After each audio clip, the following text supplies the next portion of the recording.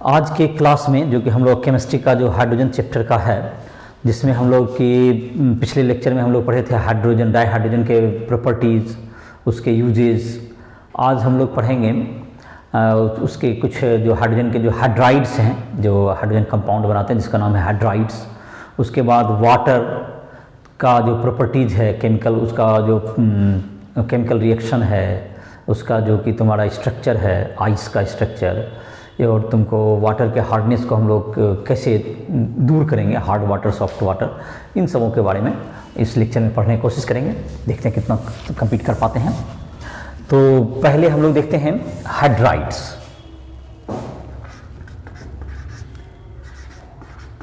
Hydrides तो most element except noble gas form combines with hydrogen to form binary compounds which is called hydrides. Most element form binary compound with hydrogen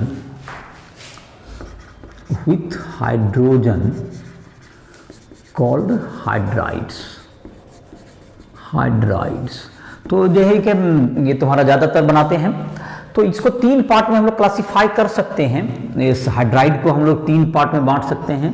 पहला number हो गया तुमको सेलाइन और आयनिक और सेलाइन hydride, आयनिक भी कर सकते हैं और कैसे, तो इसमें कुछ सेलाइन हाइड्राइड। तो इसमें जो कि आयनिक और सेलाइन हाइड्राइड में है most S block element,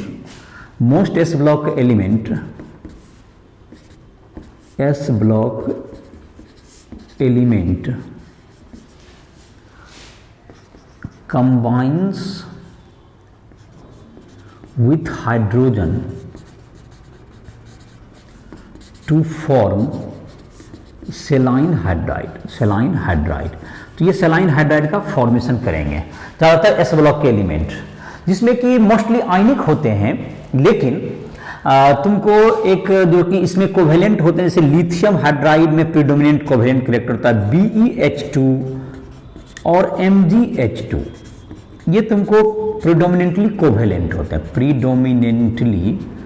predominantly covalent कह सकते हैं इसको, कोवेलेंट।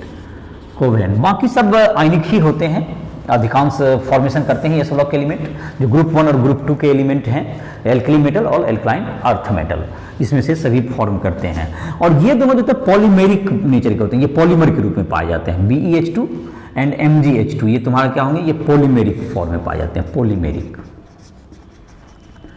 पॉलीमेरिक फॉर्म में ये पाए जाते हैं। तुमको जहाँ तक है ये जो हाइड्राइड होते हैं ये तुमको काफ़ी रिएक्टिव भी होते हैं। ये वायलेंटली तुमको क्या करते हैं, ये रिएक्ट कर सकते हैं वाटर वगैरह के साथ, ये वायलेंटली रिएक्ट करते हैं, काफ़ी रिएक्टिव होते हैं। खास करके जो आयनिक हाइड्राइड हैं, जैसे कि आयनिक हाइड्राइड NaH है, इसका अगर वाटर से रिएक्शन कराएंगे तो ये क्या बन जाएगा, NaOH प्लस H2 देते हैं, रिएक्ट वायलेंटली। और जहाँ तक कि लिथियम हाइड्राइड वगैरह है, ये सभी रिएक्शन करते हैं। लिथियम हाइड्राइड भी तुमको, लिथियम हाइड्राइड के भी हैं, lithium hydride LiH plus Al2Cl6 ये तुमको बनाएंगे। लिथियम हाइड्राइड ये तुमको क्या बनाएंगे, लिथियम एल्यूमिनियम हाइड्राइड LiAlH4, ये काफ़ी अच्छा रिड्यूसिंग एजेंट होता है। और प्लस तुम्हारा हो गया LiCl, ये तुमको फॉर्मेशन होगा इसका लिथियम। और B2S6 जो डाइबोरेन के साथ भी, lithium hydride plus diborane, B2S6 को हम लोग डाइबोरेन कहते हैं, तुम लोग नोट भी कर सकते हो अपना, मैंने बोल दिया नाम, LiBH4 लिथियम बोरोन हाइड्राइड।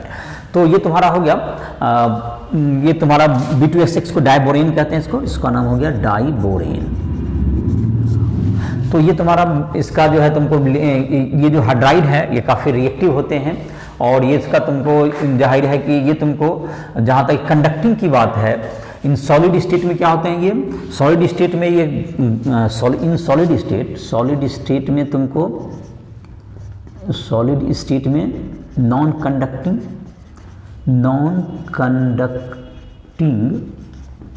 और non volatile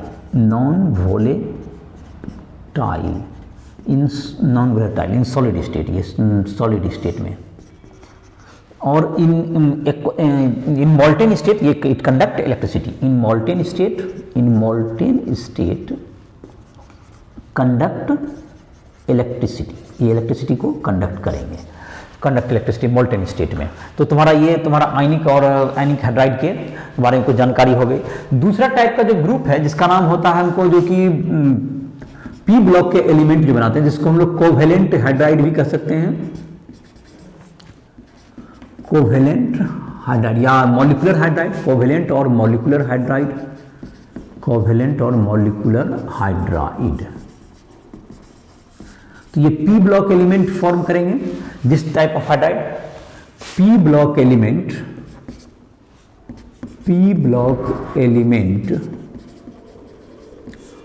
form molecular hydride. तो ये हाइड्राइड हम लोगों के जो सिंप्लिसिटी के लिए हम लोग इसको हम हाइड्राइड भी कहते ही हैं, जैसे तुम काफ़ी परिचित भी होगे, NH3 है, H2O, CH4, ये सब तुम्हारा क्या बन रहा है, HF, HCl, ये सब भी इस कैटेगरी में आएंगे, जो group 13 to 17, group 13 to group 17 के जो कंपाउंड्स हैं। तो ग्रुप 13 के जो एलिमेंट हैं, जैसे कि तुम्हारा हो गया जिसमें कि इलेक्ट्रॉन प्रिसाइज, इसको 3 पार्ट में बांटा गया है। इलेक्ट्रॉन डिफिशिएंट, जिसमें कि ऑक्टेट पूरा नहीं होगा, इसमें इलेक्ट्रॉन कम होगा, ग्रुप 13 हाइड्राइड इसमें आ जाएगा। ग्रुप 13 हाइड्राइड इस तरह का हाइड्राइड बनाएगा, जैसे कि BH3, बी बोरोन है तो यहां पर कितने इलेक्ट्रॉन होंगे, 3 हाइड्रोजन एटम से बनाएगा बोरोन, तो ये जाहिर है कि 6 ही इलेक्ट्रॉन इसके पास हो पाए, तो ये इलेक्ट्रॉन डिफिशिएंट हो गया, इलेक्ट्रॉन डिफिशिएंट 6 ही हुआ, 8 नहीं पूर पाया। तो ये तुमको किसकी तरह इलेक्ट्रॉन डिफिशिएंट है, तो लुईस एसिड की तरह काम करेगा, लुईस एसिड की तरह वर्क करेगा ये। तो दूसरा होता है तुमको इलेक्ट्रॉन प्रिसाइज, दूसरा नंबर जो बी नंबर कह सकते हैं हम लोग, इलेक्ट्रॉन प्रिसाइज। इसमें इलेक्ट्रॉन प्रिसाइज मतलब ग्रुप 14 एलिमेंट, इसमें हो गया ग्रुप 14 एलिमेंट ऐसा बनाएंगे, जिसमें कि तुमको CH4 है, जैसे CH4 का क्या होगा, 8 भी आ जाएगा, इसके पास कोई लोन पेयर भी नहीं बचेगा, तो ये तुमको हो गया इलेक्ट्रॉन प्रिसाइज हो गया, ये 8 एग्जैक्ट 8 पुर गया, तो ये इलेक्ट्रॉन प्रिसाइज, ये इलेक्ट्रॉन प्रिसाइज हो गया, ये इलेक्ट्रॉन प्रिसाइज। तो ये लुईस एसिड या बेस नहीं होंगे।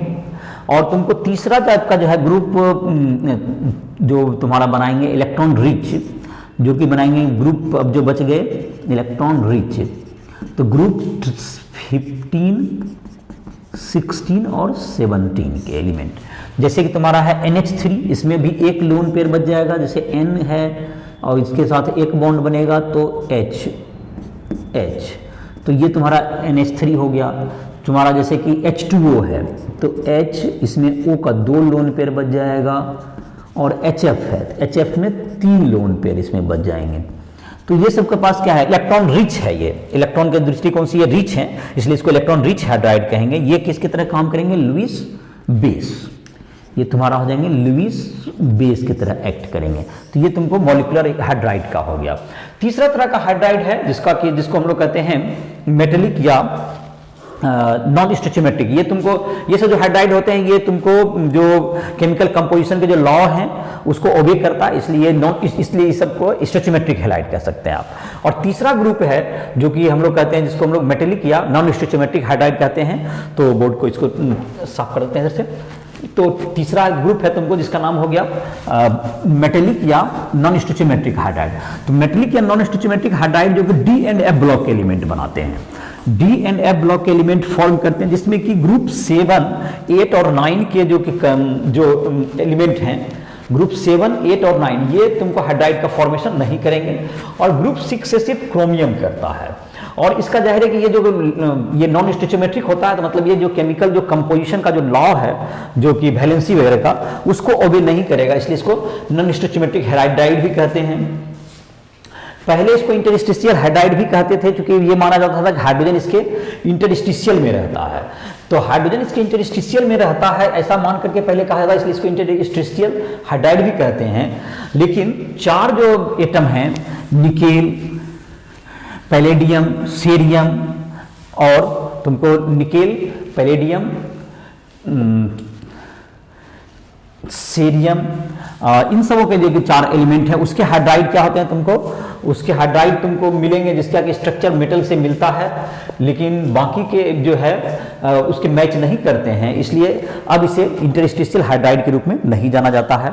ये कंडक्टिंग होते हैं लेकिन इसकी कंडक्टिविटी जो है हाइड्राइड की अपनी जो पेरेंट एलिमेंट है उससे कम होती है, उसके पेरेंट एलिमेंट से कम होते हैं। तो इसके जो कुछ फार्मूलाज हैं जैसे कि लिंथेनम के हैं, वाईबी के हैं, और इन सब के फार्मूलाज हैं जो कि दिए हुए हैं तुम्हारे बुक में भी। तो हम लोग तीसरा नंबर, सी नंबर तुम्हारा जो तीसरा नंबर, नहीं सी तो हो गया उधर, मेटेलिक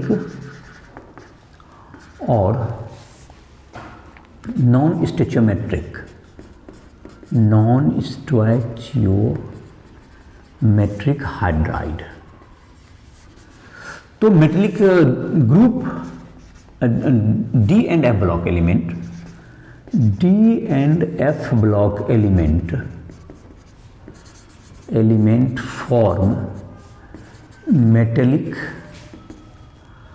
और non stoichiometric hydride, non stoichiometric hydride, but group 7, 8, 9 element doesn't form hydride, ये हाइड्राइड नहीं फॉर्म करते हैं। और इन ग्रुप 6 केवल क्रोमियम फॉर्म करता है। It's conductivity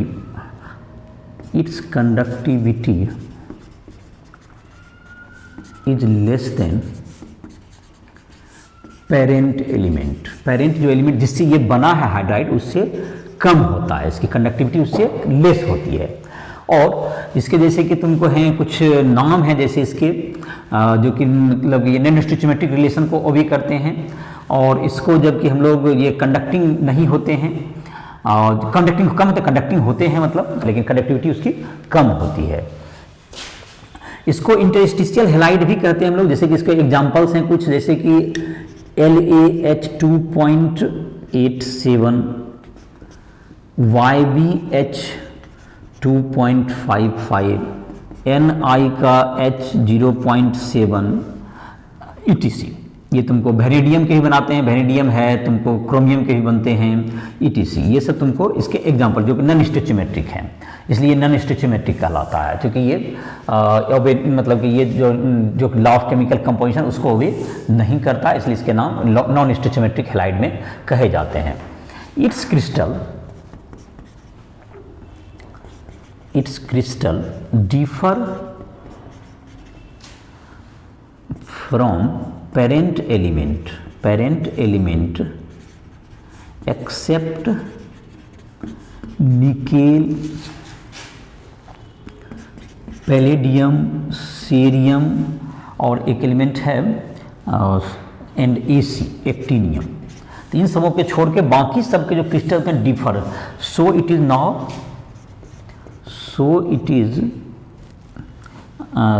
is now not considered as interstitial hydride. पहले ये माना था कि हाइड्रोजन उसके इंटरस्टिशियल स्पेस में रहते हैं, इसलिए इसको इंटरस्टिशियल हाइड्राइड के रूप में कहते थे, लेकिन बाद में देखा गया कि इन चारों के अलावा जो क्रिस्टल होते हैं उसके सब डिफर करते हैं, इसलिए इसे अब इंटरस्टिशियल हाइड्राइड के रूप में इसको कंसीडर नहीं किया जाता है। तो ये तुम्हारा हो गया इंटरस्टिशियल, या तुम्हारा क्या कौन सा हाइड्राइड हो गया, ये मेटेलिक हाइड्राइड का हो गया तुम्हारा। अब है तुमको हाइड्राइड के बाद तुमको एक इंपॉर्टेंट कंपाउंड है जिसको हम लोग वाटर कहते हैं, तो अब वाटर के बारे में हम लोग पढ़ेंगे। तो ये तुम्हारा इंटरस्टिशियल हाइड्राइड का चर्चा हो गया। अब हम लोग देखते हैं वाटर के बारे में। तो वाटर तुमको एक इंपॉर्टेंट कंपाउंड है जो कि बायोस्फीयर का, जो कि जीवन के लिए सबसे महत्वपूर्ण कंपाउंड कह सकते हैं आप। ऑक्सीजन, वाटर, ये सब लाइफ के लिए मेन कंपाउंड्स में आते हैं जिसके आधार पर लाइफ सस्टेन करता है। जो कि ह्यूमन बॉडी है उसका लगभग 65%, और तुमको और जगह हैं, बहुत से जो कि जो बहुत से प्राणी हैं जैसे एनिमल हो, उसमें तुमको 75% 95% तक जो है वाटर ही पाया जाता है। तो वाटर तुमको H2O हो गया, इसका फार्मूला हो गया वाटर का H2O। तो वाटर का जहाँ तक है ये क्या होता है तुमको टेस्ट, इसका जहाँ तक कि एबंडेंस की बात रही वाटर की एबंडेंस लगभग 97.3% के आसपास ओशियन में है, और मात्र 0.001% तुमको क्या होता है जो रिवर वगैरह में पाया जाता है, जो कि हम लोग के लिए पीने के लिए जो कि हम ड्रिंकेबल है, जिसको कि हम लोग वर्क करते हैं, तो उसके उस पानी की संख्या कम ही है, उसका अमाउंट काफ़ी कम ही है। और बाकी जो वाटर का जो और भी जगह है जैसे कि तुम्हारा लेक है या तुमको ओशियन में तो खैर 97.3% है, कुछ रिवर में हो गए, कुछ जो कि लैंड से घिरे हुए जो कि सी हैं उसमें पाए जाते हैं, लेक्स कह सकते हैं। तुमको एटमॉस्फेयर में भी जो ऑक्सीजन है उसमें एटमॉस्फेयर में भी वाटर हैं। जो मिट्टी है तुम्हारा उसमें जो ह्यूमिडिटी के रूप में वाटर पाए जाते हैं, कुछ तुमको अंडरग्राउंड वाटर के रूप में भी हैं, और इस तरह से वाटर के ये सब सोर्सेज हो गए जहाँ पर कि वाटर रिच माने पाए जाते हैं, जो कि तुम्हारे लिस्ट में दिया हुआ भी है, जो कि लिस्ट में तुम्हारे बुक में किया हुआ है एनसीईआरटी बुक में। तो जहाँ तक कि तुमको रहा कि इसका जो वाटर है ये तुमको वाटर की प्रॉपर्टी की बात रही, तो ये तुमको होता है टेस्टलेस है, टेस्टलेस और कलरलेस, नो स्मेल। तो ये सब तुम्हारा क्या है इसका ये वाटर के ये प्रॉपर्टीज हैं। इसका जहाँ तक कि इसका एटमॉस्फेरिक प्रेशर पे इसका मेल्टिंग पॉइंट हो गया तुमको, जहाँ पे मेल्टिंग पॉइंट या कहें वाटर जब की करेंगे सॉलिड बनेंगे जो आइस के फॉर्म में मेल्टिंग पॉइंट, ये तुमको 0 डिग्री सेल्सियस कहा जाता है और 273.15 केल्विन, और ये तुमको बॉइलिंग पॉइंट 100 डिग्री सेल्सियस और 373.15 केल्विन। ये तुम्हारा इसका जो है इस वाटर जो है तुमको इसका काफ़ी जो है तुमको हाई स्पेसिफिक हीट कैपेसिटी होता है, हाई स्पेसिफिक हीट कैपेसिटी। तो ये हाई स्पेसिफिक हीट कैपेसिटी होता है, इसलिए ये जो वाटर का जो है तुमको वाटर बॉडी का जो टेम्परेचर को ये मेंटेन रखने में क्या करता है, ये काफ़ी मदद करता है। ये तुमको हाई स्पेसिफिक कैपेसिटी होता है to maintain the to control the body temperature, to control body temperature को, बॉडी टेम्परेचर, और तुमको जहाँ तक है टेम्परेचर को राइज होने नहीं देता है ये हाई स्पेसिफिक हीट कैपेसिटी होने के कारण। इसका तुमको जो है तुमको high dielectric constant, high dielectric constant, high dielectric constant, hydrogen bonding formation, hydrogen bonding formation तुमको ये क्या करता है, इसको गुड सॉल्वेंट के रूप में वाटर को एस्टेब्लिश करता है, ये गुड सॉल्वेंट के रूप में इसलिए ये काम करता है। तो जैसे कि गुड सॉल्वेंट लाइक मतलब एल्कोहल, कार्बोहाइड्रेट, प्रोटीन, ये सब हाइड्रोजन बॉन्डिंग के कारण इसमें डिजॉल्व होते हैं।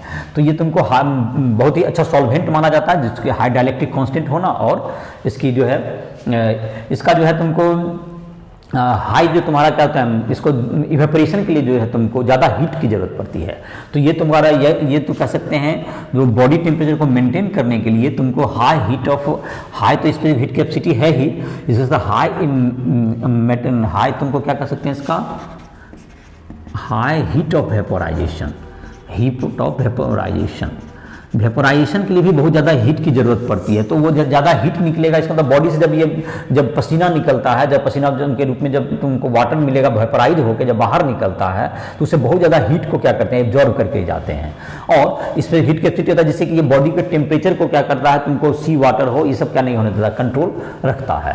तो ये जो वाटर है तुमको हमारे बायोस्फीयर में और या हमारे बॉडी का जो बायोलॉजिकल सिस्टम है मैसेज को इधर से कन्वर्ट करना, उन सबों के लिए काफ़ी इंपॉर्टेंट कंपाउंड है। तो ये तुमका H2O का क्या हो गया सिग्निफिकेंस हो गया।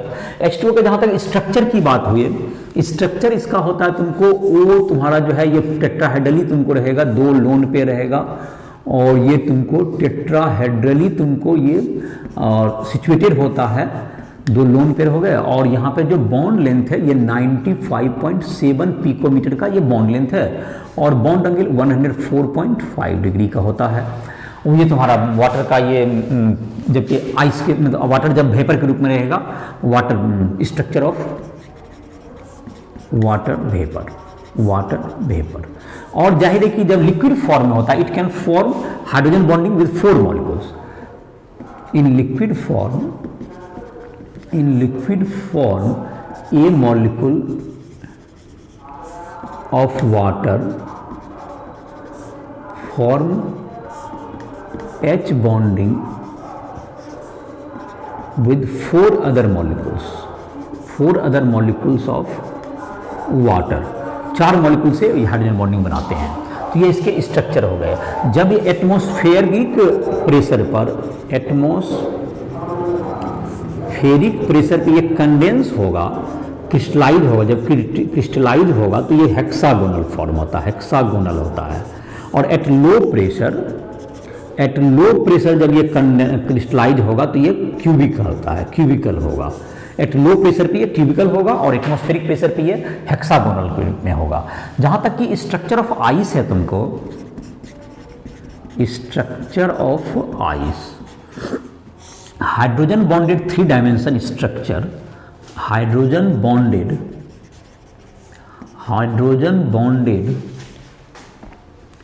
3 dimensional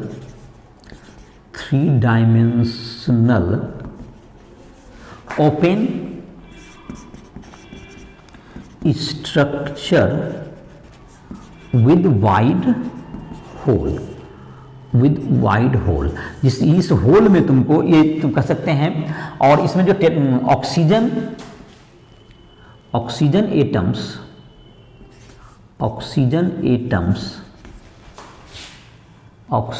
atoms separated tetrahedrally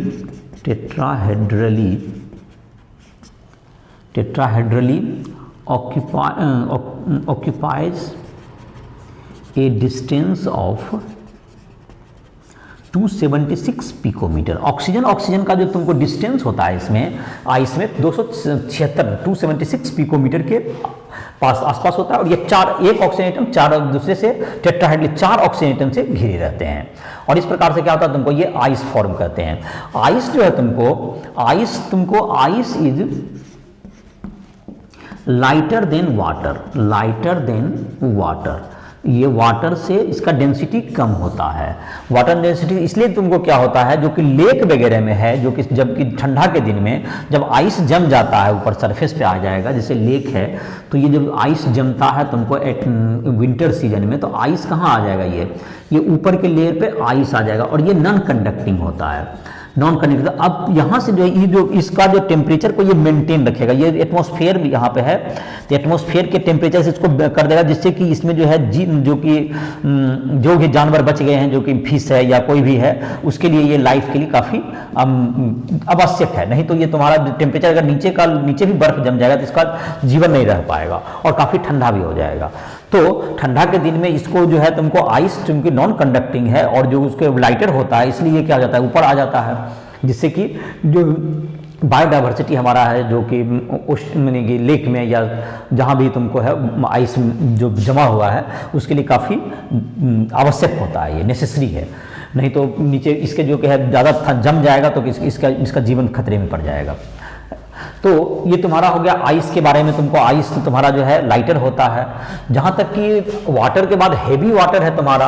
water और हेवी वाटर का जो केमिकल रिएक्शन होता है, केमिकल प्रॉपर्टीज सेम होते हैं, लेकिन फिजिकल प्रॉपर्टीज में उसमें फिजिकल जो तुम्हारा होता है उसमें थोड़े थोड़े हाई होते जाते हैं। जैसे कि उसका melting point, boiling point, heavy water का physical property of heavy water D2O is slightly more than water से ये कुछ ज़्यादा होता है। तो ये हेवी वाटर का क्या होता है, फिजिकल प्रॉपर्टी जो है तुम्हारा वाटर से अधिक होगा, सिंपल वाटर से। तो ये तुम्हारा हो गया इसका कहना था। तो वाटर का ये फिजिकल प्रॉपर्टी हो गया। अब हम लोग वाटर का देखते हैं केमिकल रिएक्शन के बारे में बात करते हैं। वाटर और आइस का ये स्ट्रक्चर हो गया, उसका फिजिकल प्रॉपर्टी हो गया। हेवी वाटर का भी तुमको लिस्ट किया हुआ है सब, थोड़ा थोड़ा उसका जो फिजिकल प्रॉपर्टीज है टेबल में देख सकते हो बुक से, उसमें एक नज़र देख सकते हो सबका जो सारे जो प्रॉपर्टीज हैं, melting point, boiling point, enthalpy of fusion, enthalpy, सारा डाटा उसमें दिया हुआ है, जिसमें देखोगे थोड़ा थोड़ा ज़्यादा है दिया हुआ। तुमको अब है केमिकल रिएक्शंस वाटर के क्या हैं। केमिकल रिएक्शन आते हैं, केमिकल रिएक्शन। तो वाटर केमिकली एक्टिव है और ये केमिकल रिएक्शन करते हैं, जैसे कि इसमें 4 पार्ट में हम लोग को दिया हुआ है। Amphoteric nature, amphoteric in nature, amphoteric in nature. इसका मतलब हो गया कि acid as well as base, acid as well as base, दोनों प्रॉपर्टी होते हैं, एसिडिक भी और बेसिक भी। जैसे इसमें देखते हैं H2O है, अगर HCl से रिएक्शन कराएं तो ये क्या करता है, HCl H+ को छोड़ देगा और ये तुमको H2O गेन कर लेगा, तो H3O+ बनाएगा प्लस Cl-। तो ये जो तुम्हारा हो गया क्या हो गया, ये तुमको ये हो गया बेस, ब्राउनस्टेड एंड लॉरी का जो प्रिंसिपल है, ये एसिड हो गया और ये तुम्हारा हो गया कंजुगेट एसिड। ये तुम्हारा H3O+ क्या हो गया, कंजुगेट एसिड हो गया, ये हो गया कंजुगेट एसिड और ये हो गया कंजुगेट बेस हो जाएगा ये। तो तुम्हारा ये हो गया। तो इसमें जो एसिड वाटर किसकी तरह काम किया, ये बेस की तरह, ये एसिड में। अब जैसे देखो NH3 के केस में लेते हैं, H2O+ NH3 है, देखते हैं इसमें क्या होता है। तो ये तुमको NH4+ बना लेगा। तो ये H2O ने H+ दिया और NH3 ने उसको एक्सेप्ट किया और ये H2O देने के बाद OH- बचा। तो ये तुम्हारा एसिड का काम किया और ये तुम्हारा क्या हो गया, अभी बेस हो गया और ये तुम्हारा क्या हो गया, कंजुगेट एसिड। ये कंजुगेट एसिड बन गया, ये कंजुगेट बेस बन गया, ये इसका OH-। तो ये तुम्हारा क्या हो गया, ये दोनों की तरह काम किया। और ये ऑटो प्रोटोलाइसिस खुद भी अपने आप, जैसे एक मॉलिक्यूल वाटर का H2O+ H2O सेल्फ ऑटोलाइसिस हो जाएगा, प्रोटोलाइसिस भी कर सकते हैं, सेल्फ प्रोटीन देता है इसलिए प्रोटोलाइसिस भी कर सकते हैं इसको। H3O+ एक बन गया प्लस H+ दे दिया प्लस OH- दे दिया, तो ये सेल्फ प्रोटोलाइसिस हो गया। ये सेल्फ प्रोटोलाइसिस, प्रोटोलाइसिस या अपने टूट गया, ये एसिड बेस, ये दोनों की तरफ वर्क करता है। तो इसमें तुमको ये पहला में ये वाटर किसकी तरफ काम कर रहा है, ये बेस इसमें एसिड की तरह काम कर रहा है, ये खुद दोनों की तरफ वर्क करता है। इसका मतलब ये एम्फोटेरिक इन नेचर होता है। दूसरा जो तुम्हारा इसका रिएक्शन है, कह सकते हो ये तुमको ये सेकेंड रिएक्शन में ये तुमको जो दिया हुआ है तुम्हारा वाटर का रेडॉक्स रिएक्शन देता है। ये रेडॉक्स रिएक्शन वाटर का देखो, ये रेडॉक्स रिएक्शन। तो रेडॉक्स रिएक्शन में भी ये oxidising as well as both reducing agent, oxidising as well as reducing agent, दोनों की तरफ वर्क करेगा। रेड्यूसिंग एजेंट, ऑक्सीडेंट और रिडक्टेंट दोनों होगा ये। तो ये देखते हैं कुछ रिएक्शन इसका देखते हैं। और जैसे कि Na+H2O है, Na+H2O, तो ये क्या होगा तुम्हें, Na जबकि होगा तुमको Na ऑक्सीडाइज होके NaOH बन गया और H2 गैस इधर निकला। तो H2 गैस निकला तो मतलब Na ऑक्सीडाइज 0 से क्या हो गया, +1 हो गया इसका ऑक्सीडेशन स्टेट, 0 से इसका +1 हो गया। तो Na का क्या हो गया, ऑक्सीडेशन हो गया, ये Na का ऑक्सीडेशन हो गया और H2O का +1 से क्या हो गया, यहाँ पर 0 हो गया, तो H2O का रिडक्शन हो गया। तो ये कैसा काम कर रहा है यहाँ पर, ऑक्सीडाइज Na, इसलिए ये ऑक्सीडाइजिंग एजेंट। O2 यहाँ पर हो गया ऑक्सीडाइजिंग एजेंट का काम किया, ये तुम्हारा हो गया। दूसरा तुमको है रिड्यूसिंग एजेंट के रूप में, जैसे इसका देखते हैं। वाटर तुमको क्या करेगा, जबकि Na के साथ जैसे रिएक्शन किया तो ये क्या हो गया, ऑक्सीडाइजिंग एजेंट का काम किया। अब जैसे कि तुमको वाटर अगर इसमें देखें H2O+ F2 दे दो, अच्छा इसमें देखते हैं H2O+ F2 फ्लोरीन है, तो इसमें क्या होगा, ये तुमको HF बना दिया, HF + O2, तो O2 में 0 हो गया, F का -1 हो गया और इधर हो गया तुमको H2O में -2 है और फ्लोरीन का यहाँ 0 है, तो 0 से ये -1 हो गया, रेड्यूस हो गया, तो ये रेड्यूसिंग एजेंट का काम कर दिया यहाँ पर, ये रेड्यूसिंग एजेंट का काम किया यहाँ पर वाटर, और ये तुमको फ्लोरीन ने इसको ऑक्सीडाइज कर दिया तो ये रेड्यूस कर दिया फ्लोरीन को, ऐसा कह सकते हैं। तो ये दोनों की तरह वर्क करता है। अब जहाँ तक CO2 है, देखो ये इसमें भी ये तुमको रेड्यूसिंग एजेंट का काम करेगा। CO2 प्लस H2O जो फोटोसिंथेसिस है तुम्हारा क्लोरोफिल के प्रेजेंस में, सनलाइट के प्रेजेंस में, तो बनता है C6H12O6 प्लस O2, ये तुमको सनलाइट एंड क्लोरोफिल की उपस्थिति में ये होता है तुमको। तो ये जो तुमको C का +4 है तुमको, ये रिड्यूस होकर के ये कार्बन में इसमें कम में चला जाता है, और H2O में तुम्हारा H2O का यहाँ +1 से क्या हो गया तुमको -2 था, यहाँ पे 0, यहाँ पे बढ़ गया इसका, देखो -2 से क्या हो गया तुमको 0 आ गया, तो ये इसका इंक्रीज कर गया, तो ये तुम्हारा क्या हो गया, ये तुमको इसको रिड्यूस कर दिया। तो ये भी इसमें किसका काम कर रहा है, रिड्यूसिंग एजेंट का काम करता है। ये इसको ऑक्सीडाइज कर, मैंने इसको रिड्यूस कर रहा है। ये कार्बन का यहाँ पे मैक्सिमम +4 होता है, कार्बन का +4 ज़्यादा नहीं होता, यहाँ कम हो जाता है, इसका मतलब हो गया कि ये इसको रिड्यूस कर रहा है। तो फोटोसिंथेसिस में ये तुमको रिएक्शन हो गए। ये बहुत से कंपाउंड्स को क्या करता रहता है, ये तुमको आयनाइज सॉल्वेट कर सकता है, ये आयनाइज कर सकते हैं, जिसको हम लोग कर सकते हैं तीसरा नंबर रिएक्शन कर सकते हैं।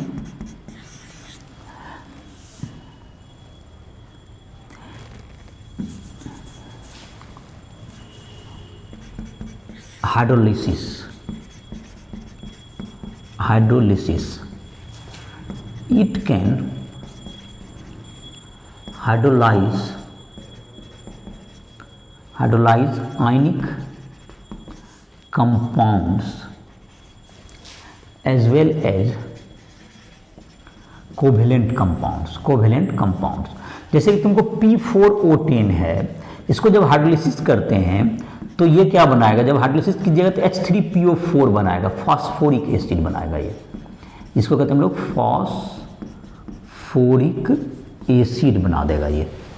और SiCl4 जैसे है, SiCl4 जैसे है प्लस H2O, तो बन जाएगा SiO2 बन जाएगा प्लस HCl बन जाएगा। नाइट्राइड आयन है, नाइट्राइड N3- प्लस H2O, इससे बन जाएगा NH3 बन जाएगा प्लस OH-। तो ये इन सबों क्या कर देते हैं, हाइड्रोलाइज कर देते हैं ये। तो ये सब तुमका ये 3 सॉल्व का तुम्हारा रिएक्शन दिया हुआ, जितना एनसीईआरटी बुक में जो दिया हुआ वो मैंने इसको नोट कर दिया, ये तुम्हारा हो गया। अब तुमको वाटर जो है तुमको ये तुमको पाया जाता है कोऑर्डिनेटेड वाटर, ये तुमको हाइड्रेट कंपाउंड बनाता है। ये वाटर जो है तुमको हाइड्रेट कंपाउंड भी फॉर्म कर सकते हैं। Hydrate water, hydrate compound, water तुमको एब्जॉर्ब हो जाएगा बहुत से कंपाउंड के साथ और हाइड्रेट्स के उसको क्रिस्टलाइज कर देगा। ये क्रिस्टलाइन वाटर के रूप में पाया जाता है। क्रिस्टलाइन वाटर के रूप में पाया जाता है हाइड्रेट कंपाउंड में। जैसे कि तुमको कुछ इसमें 3 तरह के हैं। कोऑर्डिनेटेड वाटर, जिसमें कि इसमें ए नंबर हो गया कोऑर्डिनेटेड वाटर,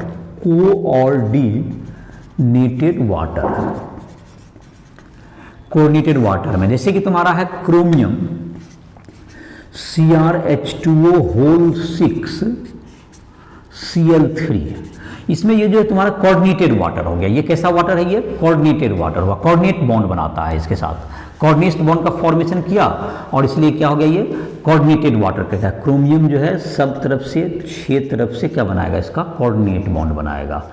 H2O सब तरफ से कोऑर्डिनेट बॉन्ड बनाएगा ये 6 तरफ से, O के लोन पेयर के साथ, O के जो लोन पेयर होते हैं उसके साथ ये बनाता है। O का जो लोन पेयर है उससे जुड़ जाता है OH2O और इधर की तरफ भी OH2O।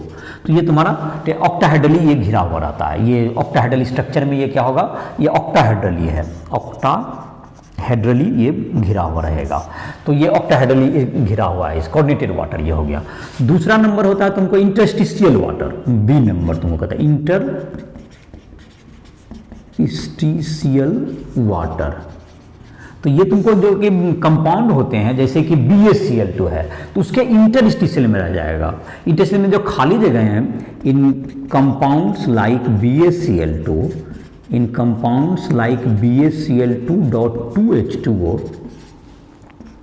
it exists in interstitial of BaCl2, बीच में जो उसके खाली जगह जो क्रिस्टल के बीच में बच जाएंगे मीन BaCl क्रिस्टल, BaCl2 का जो क्रिस्टल है उसके बीच में जो खाली जगह बचेंगे उसके इंटरस्टिशियल में ये रहेगा। तीसरा टाइप का होता है तुमको hydrogen bonded water, hydrogen bonded water, hydrogen bonded water, bonded water. तो जैसे कि तुम्हारा है CuSO4 है, CuSO4 में CuH2O4 ये SO4 बन गया .H2O। तो ये जो H2O है तुमको ये हाइड्रोजन बॉन्डेड वाटर है, ये हाइड्रोजन बॉन्डेड वाटर है, ये हाइड्रोजन बॉन्डेड, और ये कोऑर्डिनेटेड वाटर है, ये कोऑर्डिनेटेड वाटर है, ये कोऑर्डिनेट बॉन्ड बनाया और ये हाइड्रोजन बॉन्डिंग से जुड़ा हुआ है। तो CuSO4.5H2O जो है तुम्हारा CuSO4.5H2O में जो तुम्हारा 9.4 नंबर क्वेश्चन है एग्जांपल में इसी के बाद, तो उसमें पूछा गया कि CuSO4.5H2O में कितने हाइड्रोजन बॉन्डेड वाटर हैं। CuSO4.5H2O में 9.4 एग्जांपल में, 9.4 एग्जांपल में, तो इसमें कितने हाइड्रोजन बॉन्डेड वाटर हुए। H2O 1 molecule hydrogen bonded, 1 hydrogen bonded हो गया और 4 चार जो हो गए क्या चीज, 4 कोऑर्डिनेट बॉन्ड, कोऑर्डिनेटेड वाटर है। तो ये तुम्हारा हो गया 9.4 का। दूसरा एक कंपाउंड 9.3 नंबर क्वेश्चन है, 9.3 में कहा गया है एग्जांपल 9.3 है, क्या pH5 का एग्जिस्टेंस होगा। pH5 का एग्जिस्टेंस नहीं हो सकता। pH5 फास्फोरस हालांकि +3 और +5 दो ऑक्सीडेशन स्टेट रख सकता है, +3 और +5, लेकिन हाइड्रोजन का तुमको जो है हाई एटोमाइजेशन इंथैल्पी, हाई क्या है तुमको atomisation, atomisation and electron gain enthalpy, electron gain enthalpy doesn't provide of hydrogen, doesn't allow phosphorus to exist as pH5। तो जब हाइड्रोजन का हाई एटोमाइजेशन इंथैल्पी का अमाउंट ज़्यादा है, इलेक्ट्रॉन गेन इंथैल्पी इसकी ज़्यादा होती है, इस कारण से ये तुमको pH5 बनाने का अलाउ नहीं करता, जबकि PCl5 का एग्जिस्टेंस है बट pH5 का एग्जिस्टेंस नहीं होगा। तो ये 9.3 था। 9.2 में तुमसे कहा गया है कि क्या NH3 वगैरह जो है, NH3 क्या pH3 से अपने ग्रुप के कंपाउंड से अधिक इसका मेल्टिंग बॉइलिंग पॉइंट होगा या कम होगा।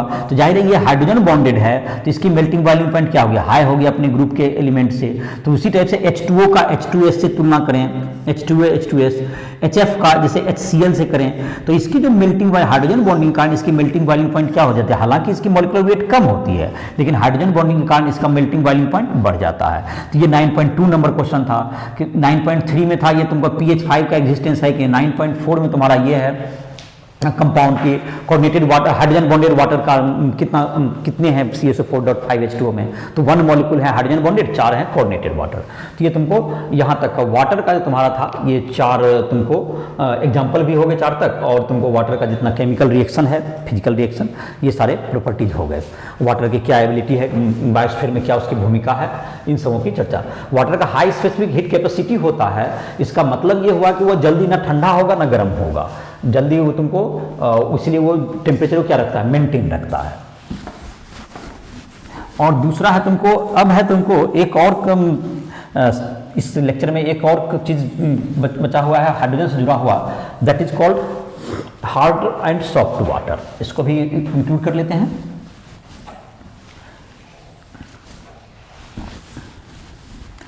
Hard and soft water,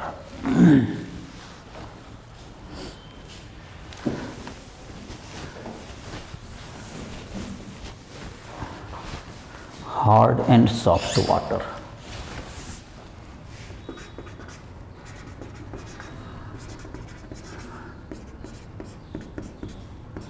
Hard and soft water. The water containing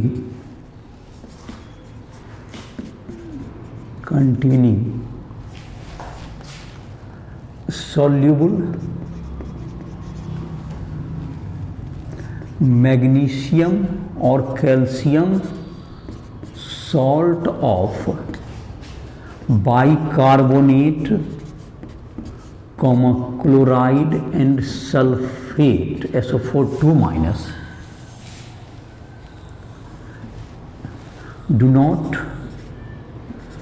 does not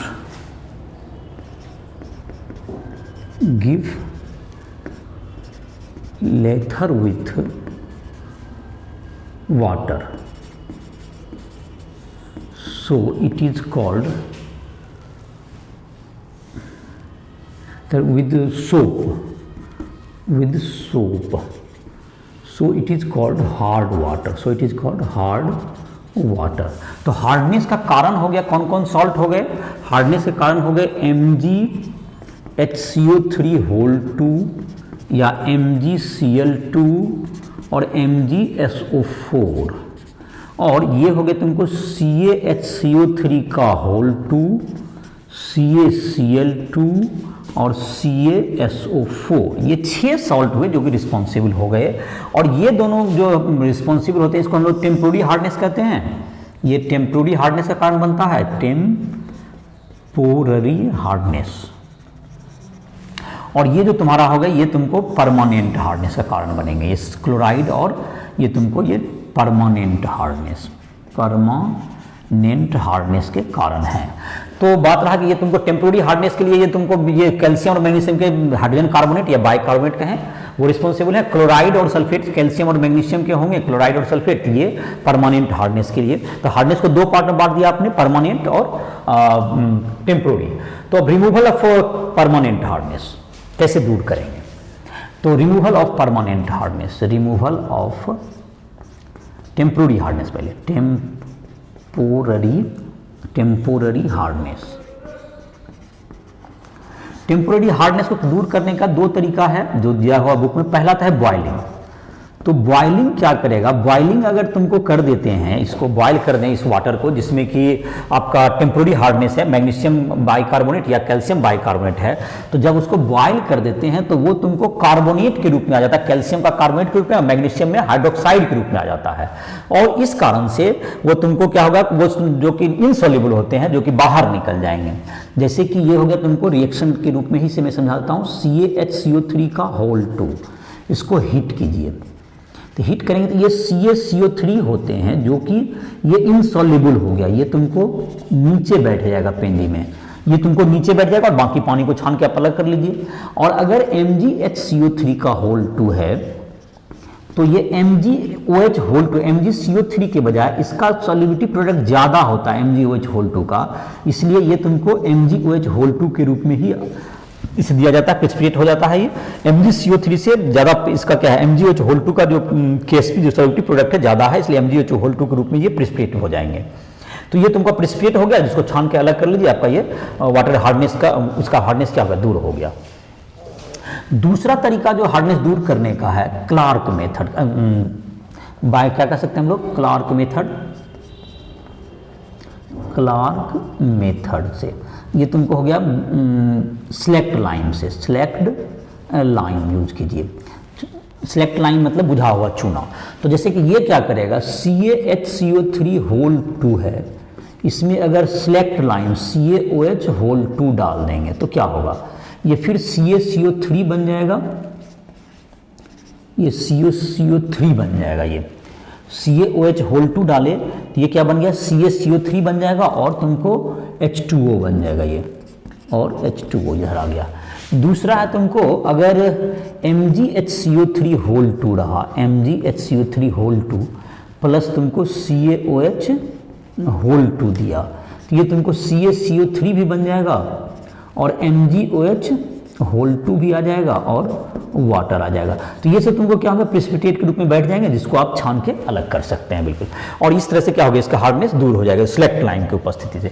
या तो आप उसको बॉइलिंग के द्वारा टेम्परेरी हार्डनेस को दूर कर सकते हैं, या तुमको सिलेक्ट लाइम जो है CaH होल 2 का प्रयोग करके डाल सकते हैं। अब रिमूवल ऑफ परमानेंट हार्डनेस की बात करते हैं। तो परमानेंट हार्डनेस को दूर करने के 4 मेथड तुम्हें दिए हुए हैं। 4 मेथड एक दिए हुए हैं। एक तो तुमको दिया हुआ है पहला वॉशिंग सोडा का हेल्प से। दूसरा हो गया कैलगोन मेथड है, तीसरा परमिटिट मेथड जो आयन एक्सचेंज मेथड भी कर सकते हैं, परमिटिट मेथड करते हैं या जियोलाइट मेथड कहिए।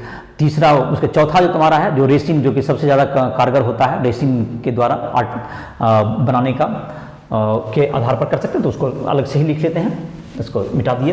टेम्प्रोरी हार्डनेस का दो तरीका हुआ, दो दूर करने के लिए क्या हो गया, तो टेम्प्रोरी हार्डनेस हो गया बाइकार्बोनेट के कारण होते हैं, और क्लोराइड और सल्फेट के कारण परमानेंट हार्डनेस होते हैं वाटर के।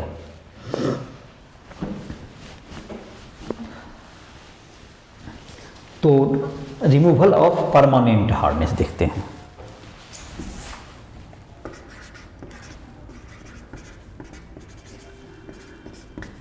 रिमूवल ऑफ परमानेंट हार्डनेस, तो परमानेंट हार्डनेस को दूर करने का 4 मेथड दिया हुआ है जैसा मैंने अभी जिक्र किया, और ये जो है क्लोराइड और सल्फेट के कारण होते हैं। ये क्लोराइड और सल्फेट को हटाना होता है, तो पहला है तुमको वॉशिंग सोडा, वॉशिंग सोडा के हेल्प से, वॉशिंग सोडा। तो वॉशिंग सोडा का फॉर्मूला क्या आता है, वॉशिंग सोडा हो गया Na2CO3.10H2O, ये तुम्हारा हो गया वॉशिंग सोडा। तो जबकि तुम्हारा जो है कि है जिसमें तुमको मैग्नीशियम या कैल्शियम के सॉल्ट होंगे, उसमें क्या डालना है वहां पर, जैसे कि तुमको MgCl2 है, MgCl2 अगर है या SO4 है, अब प्लस इसमें डालते हैं Na2CO3, Na2CO3, तो ये क्या बन जाएगा MgCO3 बन जाएगा, और प्लस तुम्हारा क्या आ जाएगा NaCl बन जाएगा, ये प्लस NaCl, तो ये भी प्रेसिपिटेट के रूप में आ जाएगा, बैठ जाएगा तुमको। और अगर तुमको ये रहा कोई भी अगर MgSO4 रहेगा तो क्या हो जाएगा, MgSO4 रहा प्लस Na2CO3, तो भी MgCO3 बन जाएगा, और Na2SO4 इसके साथ आ गया, तो ये तुम्हारा क्या होगा, इससे दूर हो गया। या Mg की जगह पर कैल्शियम भी रहेगा तो यही बात होगा, Mg in place of magnesium, calcium है सेम रिएक्शन, तो ये कैल्शियम भी रहेगा तो यही रिएक्शन होगा जो कि मैग्नीशियम के साथ। इस प्रकार से क्या होगा आपका हार्डनेस ये तुमको दूर हो गया। जैसे लिख भी देते हैं वो CaCl2 प्लस Na2CO3, तो क्या बन जाएगा CaCO3 प्लस NaCl बन जाएगा, या H2SO4 रहेगा तो H2SO4 रहेगा तो उस स्थिति में भी क्या बन जाएगा तुमको Na2SO4 बन जाएगा। तो इस दोनों स्थिति में क्या होगा, ये तुमको ये तुम्हारा जो CaCO3 है ये सब इनसॉल्युबल होता है जो कि नीचे आ जाएगा, और इस प्रकार से ये इसको छान के आप अलग कर सकते हैं, तो ये तुम्हारा प्योर हो जाएगा, आपका मतलब सॉफ्ट वाटर प्राप्त हो जाएगा आपको। तो दूसरा तरीका है तुमको जिसको हम बोलते हैं Calgon, Calgon method, Calgon method. Calgon जो तुमको है सोडियम Na6P6O18, इसको हम लोग कहते हैं sodium hexa metaphosphate, phosphate, commercial name Calgon, commercial name इसका कैलगोन है। तो ये तुमको क्या करेगा, ये जो है तुमको सोडियम के या जबकि ये तुम्हारा सोडियम जो है ये टूट करके क्या बना लेगा, जबकि Na6P6O18 है, तो जब ये जाएगा तो बन जाएगा Na4P6O18 प्लस 2 माइनस और 2Na प्लस बन जाएगा, फिर Na4P6O18 2 minus plus calcium 2 plus या मैग्नीशियम 2 प्लस Ca2 प्लस या Mg2 प्लस, जिसको M2 प्लस ही लिख दो, मैग्नीशियम या कैल्शियम M का मान लिख देंगे एक ही बार में जैसा बुक में तुम्हें लिखा हुआ है। तो इससे बन जाएगा तुमको Na2MPO4 Na2MP6 Na2 और क्या हो गया MP6O18 4 माइनस और प्लस क्या होगा तुम्हें 2Na+। और इस तरह से क्या हो गया तुमको, ये जो m बराबर क्या हो गया Ca और Mg, तो ये m इसके साथ चला गया और इस प्रकार से क्या हो गया, ये फ्री फ्रॉम ये तुमको परमानेंट हार्डनेस क्या होगा, m तुम्हारा जो था, m जो इनसॉल्युबल था तुम्हारा, जो कि रहता था, जो सॉल्ट में घुला हुआ था, ये चला गया, इसके साथ चला गया, तो m अब फ्री नहीं है, जो कि साबुन के साथ क्या नहीं करेगा, ये झाग बनाने में नहीं दिक्कत करेगा। तो साबुन के साथ ये झाग देने में अब दिक्कत नहीं करेगा। इस प्रकार से क्या हो गया, तुम्हारा ये सॉल्युबिलिटी दूर हो जाता है, परमानेंट हार्डनेस तुम्हारा दूर हो गया इसका। तो ये कैल्गोन मेथड से। दूसरा है तुमको इसको अगर रीजनरेट करना चाहते हैं, फिर से कैल्गोन प्राप्त करना चाहते हैं, जब सोडियम तो इसको NaCl के साथ जब कंबाइन कर दिया जाता है तो इसे फिर से कैल्गोन को हम लोग अचीव कर सकते हैं। तीसरा है तुमको, तीसरा मेथड है तुमको ion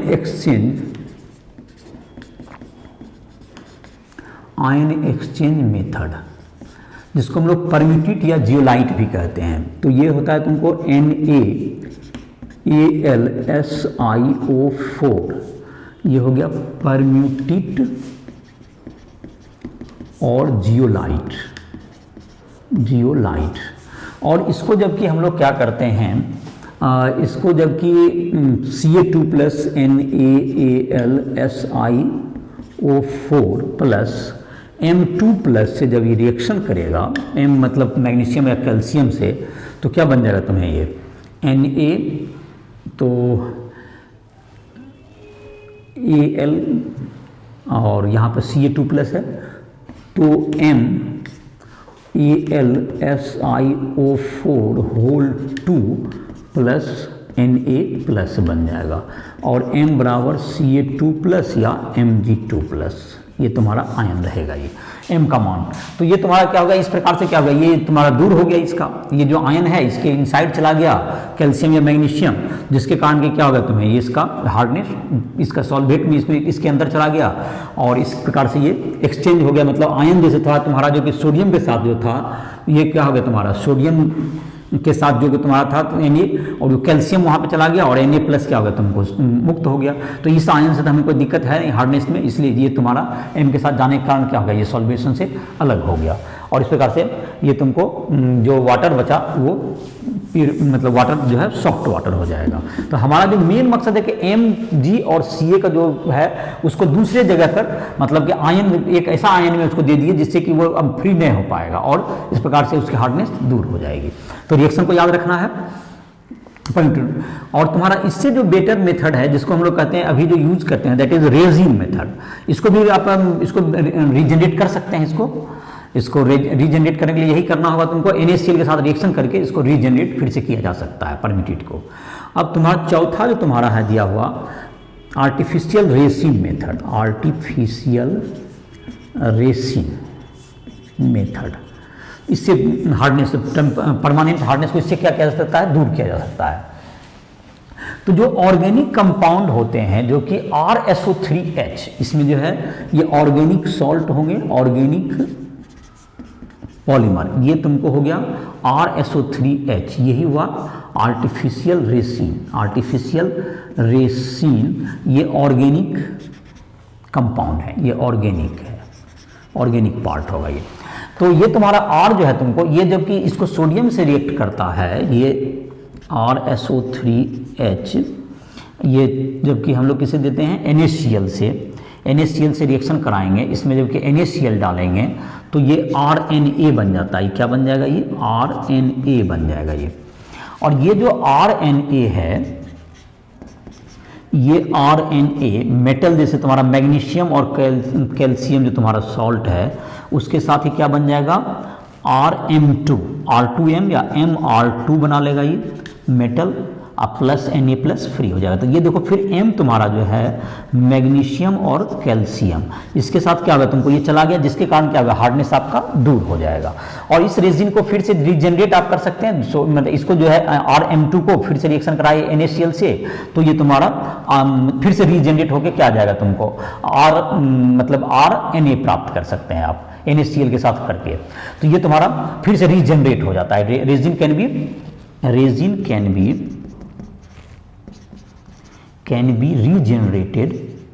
regenerated by use of NaCl water.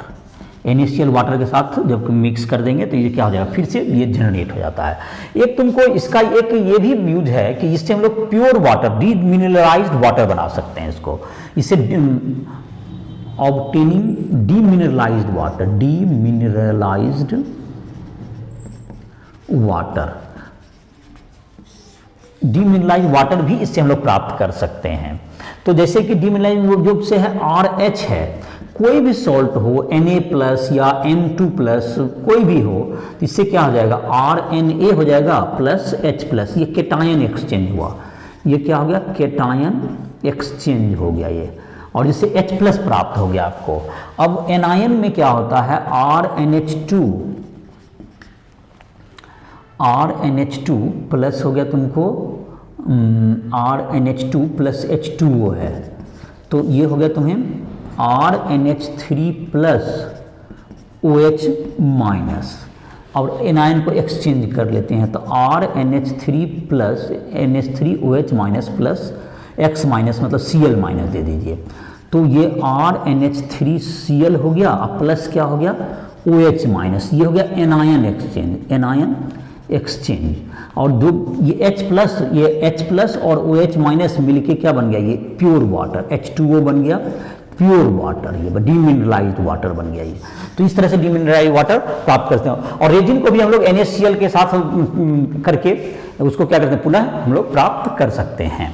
और इस तरह से क्या होगा तुम्हारा, ये 4 मेथड था तुमको हार्डनेस ऑफ वाटर को दूर करने का, जिसमें कि परमानेंट हार्डनेस को दूर करने का ये 4 मेथड दिया हुआ है तुमको, जिसमें है तुमको पहले सोडा, वॉशिंग सोडा यूज करना है, वॉशिंग सोडा यूज कर सकते हैं। दूसरा था तुमको कैलगोन मेथड, तीसरा था आयन एक्सचेंज मेथड, जिसको परमिट्यूट या जियोलाइट मेथड कर सकते हैं, तीसरा था आर्टिफिशियल रेजिन मेथड। और इससे तुमको प्योर डीमिनरलाइज्ड वाटर भी हम लोग प्राप्त कर सकते हैं, जो कि केटायन एक्सचेंज और एनायन एक्सचेंज से हो सकता है। इन सबों के रिएक्शन लिख दिए गए हैं और उस रिएक्शन को नोट कर सकते हो, और जहां भी दिक्कत हो राइट रूलर ऐप के माध्यम से हमसे संपर्क कर सकते हो। जितने भी क्वेश्चंस वगैरह हैं, जिसमें भी तुमको क्वेश्चन एक्सरसाइज से में बना सकते हो, या फिजिक्स केमिस्ट्री में किसी भी क्वेश्चन में किसी कंसेप्ट को समझने में दिक्कत हो, किसी भी प्रॉब्लम में नहीं बन रहा हो, तुम पर्सनल भी हमसे संपर्क कर सकते हो। राइट रूलर ऐप पर तुमको हमारा व्हाट्सएप नंबर, फ़ोन नंबर, ये सारे मिल जाएंगे, तुम कभी भी कॉन्टैक्ट कर सकते हो। कभी भी तुमको जरूरत हो हमसे मदद की, तुम मदद ले सकते हो। तो इसी के साथ इस लेक्चर को समाप्त कर रहे हैं।